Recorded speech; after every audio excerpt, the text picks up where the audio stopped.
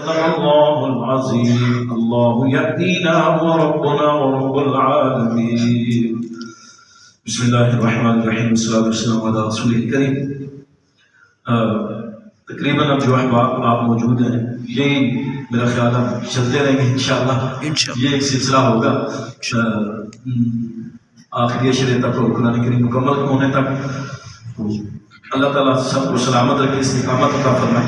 عزیزان گرامی قدر، آج سورہ نساء جو ہے اس کی 134 147 آیات جو ہیں وہ تلاوت ہوئی.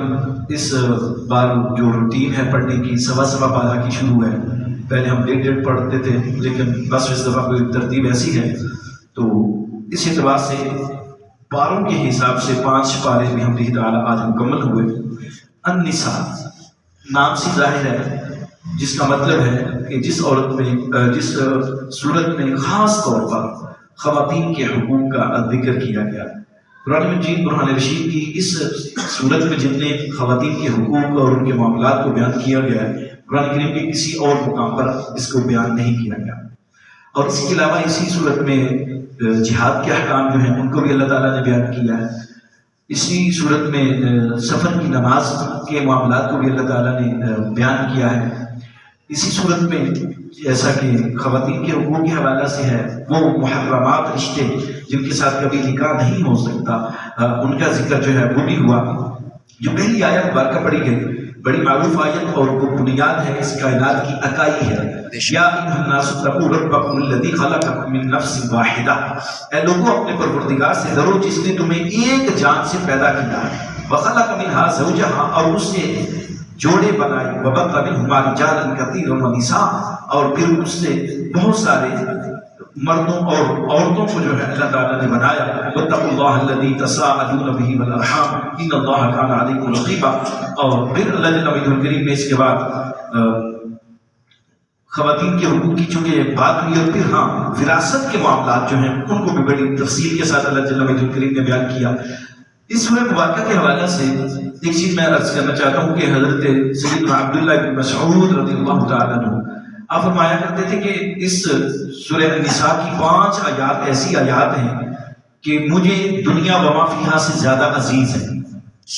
آپ فرمایا کرتے تھے مجھے سب سے زیادہ پوری کائنات سے سب سے زیادہ عزیز جو ہیں وہ آیات ہیں. ان آیات میں سے پہلی آیت نمبر 31 کمال. ویسے سیدنا عبداللہ بن مسعود رضی اللہ تعالیٰ عنہ کی اگر یہ سوچ ہے تو کمال کی سوچ ہے. ان تجتنبوا کبائر ما تنہون عنہ نکفر عنکم سیئاتکم، اگر تم کبیرہ گناہوں سے بچو گے جن سے تمہیں روکا گیا ہے تو اللہ فرماتے ہیں ہم تمہارے صغیرہ گناہوں کو ویسے معاف فرمائیں. کبیرہ گناہوں سے انسان اگر بچ گیا تو صغیرہ گناہ ویسے ہی معاف ہو جائیں گے. ندخلکم مدخلا کریما، اور فرمایا ہم تمہیں ایک عزت کی جگہ میں داخل کریں گے. اور پھر اس کے بعد ایک معاشرتی حوالہ سے یہ آیت ہے، یہ بھی پڑھنی چاہیے اور سننی چاہیے، اور اس کو اپنی زندگی میں کاش ہماری زندگی میں آ جائے تو بہت سارے مسائل کا حل ہے. وَلَا تَتَمَنَّوْا مَا فَضَّلَ اللَّهُ بِهِ بَعْضَكُمْ عَلَىٰ بَعْضٍ، اللہ نے جو بعض لوگوں پر فضیلت دی ہے، فضل کیا ہے، اس کی تمنا نہ کرو. لِلرِّجَالِ نَصِيبٌ مِّمَّا اكْتَسَبُوا، لوگوں کے لیے ان کا وہ نصیب ہے جو انہوں نے کمایا. وَلِلنِّسَاءِ نَصِيبٌ مِّمَّا اكْتَسَبْنَا، اور عورتوں کے لیے ان کا نصیب ہے جو انہوں نے کمایا.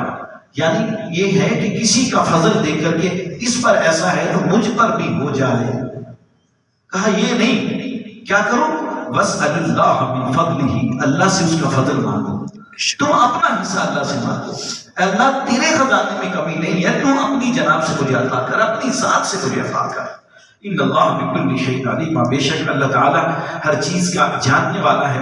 اجلی رکھ کر پھر اس کے بعد آیت نمبر 43 میں نماز کی طرف جانے سے پہلے جو پاکی حاصل کی جاتی ہے، جن ضروری معاملات کو لکھا جاتا ہے ان کا ذکر ہے.